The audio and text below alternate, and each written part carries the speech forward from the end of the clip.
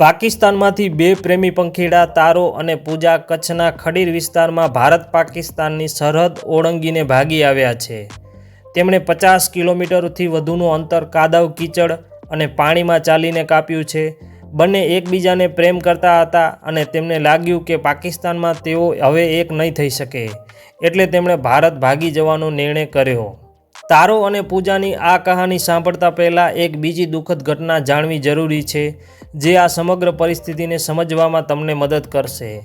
પાકિસ્તાનના સિંધ રાજ્યમાં ઘોટકી જિલ્લામાં રહેતા પતિ પત્ની રવિ અને શાંતિ છેલ્લા 1.5 વર્ષથી ભારત આવવા માટે વિઝાની અરજી કરી રહ્યા હતા, પરંતુ તેમને વિઝા મળી રહ્યા નહોતા।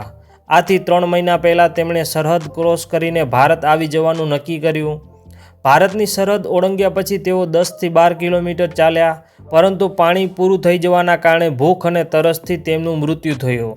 તેમના મૃતદેહ સડી ગયા હતા અને તેમની પાસે પાકિસ્તાની ઓળખપત્રો મળી આવ્યા હતા, જેનાથી તેમની ઓળખ થઈ। જેસલમેરની બાજુમાં રહેતા તેમના સંબંધીઓએ BSF અને પોલીસની મદદથી તેમના અંતિમ સંસ્કાર કર્યા। જો રવિ અને શાંતિને વિઝા મળી ગયા હોત તો કદાચ તેઓ પણ બચી ગયા હોત।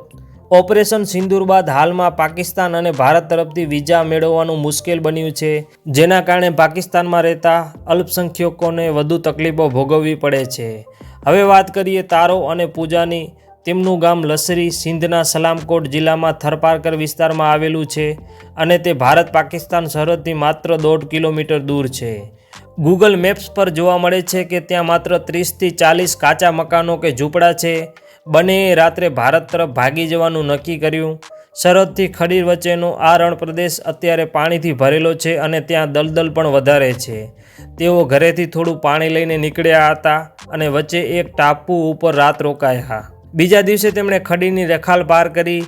જ્યારે તેઓ સાંગવારી માતાજીના મંદિર પાસે હતા ત્યારે બાજુમાં લાકડા કાપતા મજૂરોને તેમના ઉપર શંકા ગઈ અને આ મજૂરોએ રતનપર ગામના સરપંચને જાણ કરી અને સરપંચે ખડીર પોલીસ સ્ટેશનનો સંપર્ક કર્યો। પોલીસ આવી અને બંનેને રાઉન્ડ અપ કર્યા। સાંજે તેમને જનાણ ગામના સામૂહિક આરોગ્ય કેન્દ્રમાં મેડિકલ તપાસ માટે લાવવામાં આવ્યા। ત્યારબાદ તમામ કાયદેસરની કાર્યવાહી કરીને તેમને ભુજ ખાતે આવેલી વિદેશીઓ માટેના જોઈન્ટ ઇન્ટ્રોગેશન સેન્ટર એટલે કે JIC જેલમાં મોકલવામાં આવશે। વર્ષ 2006માં થરપારકર વિસ્તારનો 8 વર્ષનો રામચંદ નામનો છોકરો ભૂલથી સરહદ ક્રોસ કરી લેતા BSF દ્વારા તેમને પકડવામાં આવ્યો હતો। છોકરો નાનો હોવાથી તેના પિતા પણ તેની સાથે આવ્યા હતા। રામચંદ 5 વર્ષ સુધી ભુજની JIC જેલમાં રહ્યો હતો, જેના પર હિન્દી ફિલ્મ રામચંદ પાકિસ્તાની બનાવવામાં આવી છે, જેમાં તેની કહાની રજૂ કરવામાં આવી છે।